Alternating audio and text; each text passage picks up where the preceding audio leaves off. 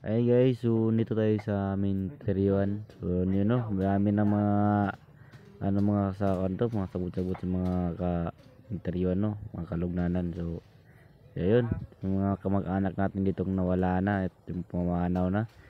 So puntahan nyo dito kasi mahirap kaya dito kapag yung sikip na dito tapos yung daanan na marami ng damo.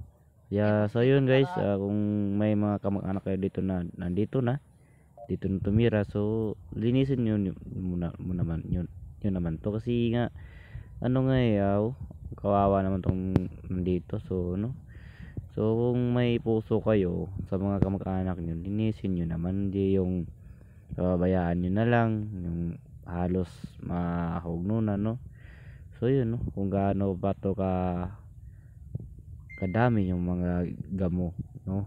So yun, damuhan to, interior nga to, pero iwan ko ba dito kung bakit hindi na to nilinis ng mga kamag-anak dito, mga nasawi na sa buhay no.